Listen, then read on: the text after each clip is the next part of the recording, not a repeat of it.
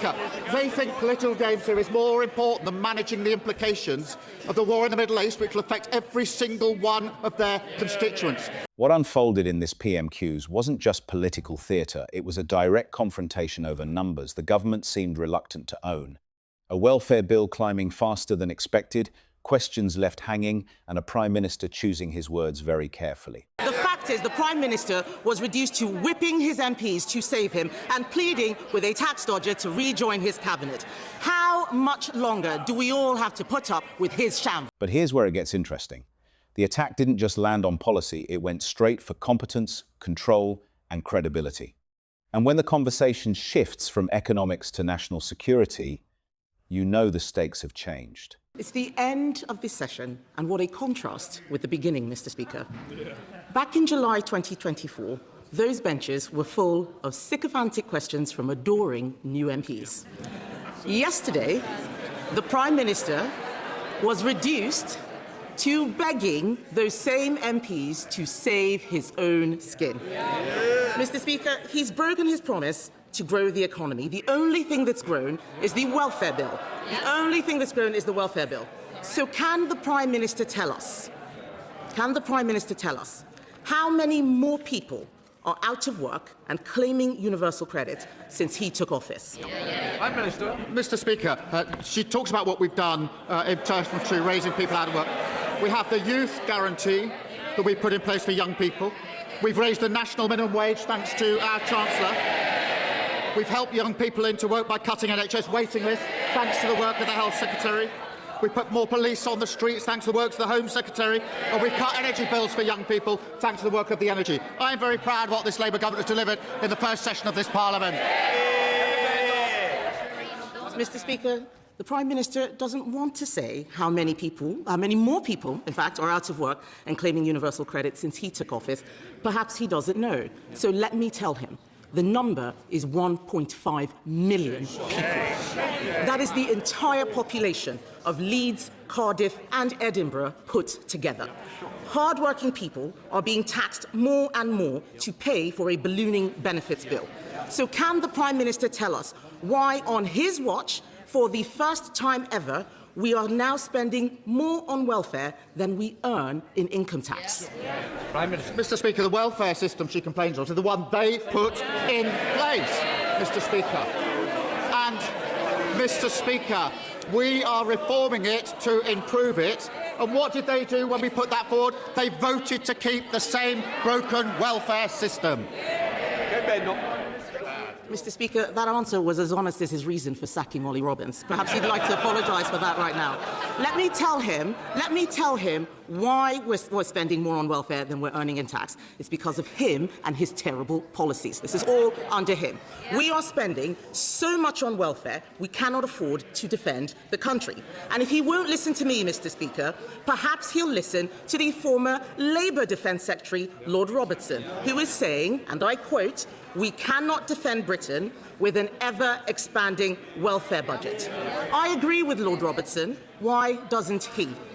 Mr. Speaker, this is the Labour government that increased defence spending, the highest sustained spend since the Cold War.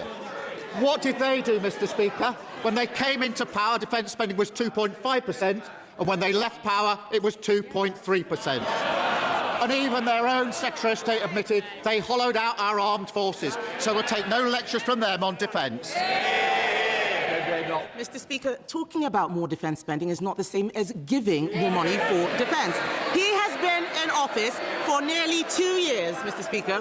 What he does have, he's got a welfare plan until 2031, but he's not produced a defence investment plan. We have gone backwards on defence under him because we are borrowing to pay for welfare. Yesterday, we learned that the cost of government borrowing is now the highest in 2 decades. That's under him. Instead of getting a grip on the economy, the Chancellor is briefing out rent controls to curry favour with left-wing backbenchers. This is not a serious way to run the economy. It is time the Prime Minister gives her an easier job. So will he listen to businesses, listen to the country and reshuffle the Chancellor? Mr. Speaker, at the spring statement, the Chancellor was very proud to say inflation was down to 3% and falling, 6 interest rates in a cut. We've seen the growth figures for the early part of this year. And she says, well, the cost of borrowing's gone up. Yes, because there's a conflict in Iran. And what did she want to do? What did she want to do? When I said we wouldn't be dragged into that war because I thought through the consequences, including the economic consequences, what did she do? She said we should jump in with both feet without regard to the consequences. She can't complain now about the implications. Mr. Speaker, I didn't hear him say he's not reshuffling the Chancellor. It sounds like she's toast. Meanwhile, the former Deputy Prime Minister is on manoeuvres. This government is like a bad episode of Game of Thrones. His own people have turned against him, and all the while, the Prime Minister is holed up in his castle, wetting himself about a visit from the King in the North. Yesterday, Mr. Speaker, one Labour MP actually said that his days are numbered. That's one of them. I wonder who it was, because they're all looking guilty as hell. Isn't the real reason, Mr. Speaker, isn't the real reason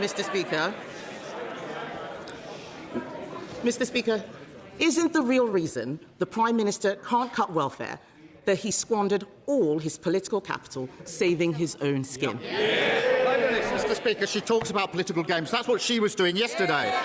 This House considered our motion and rejected it decisively because everyone saw it for what it was, a desperate, baseless political stunt ahead of the May elections. And, Mr. Speaker, whilst she and they were playing games here, I was chairing a meeting in Cobra, going through the contingencies and managing our war in the Middle East.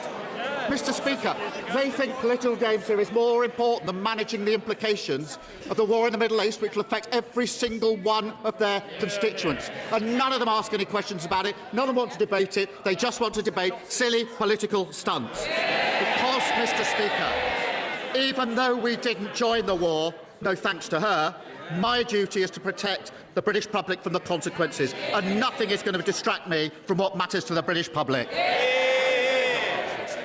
Mr. Speaker, I think the whole country is sick of this man's tone-deaf, pompous moralising.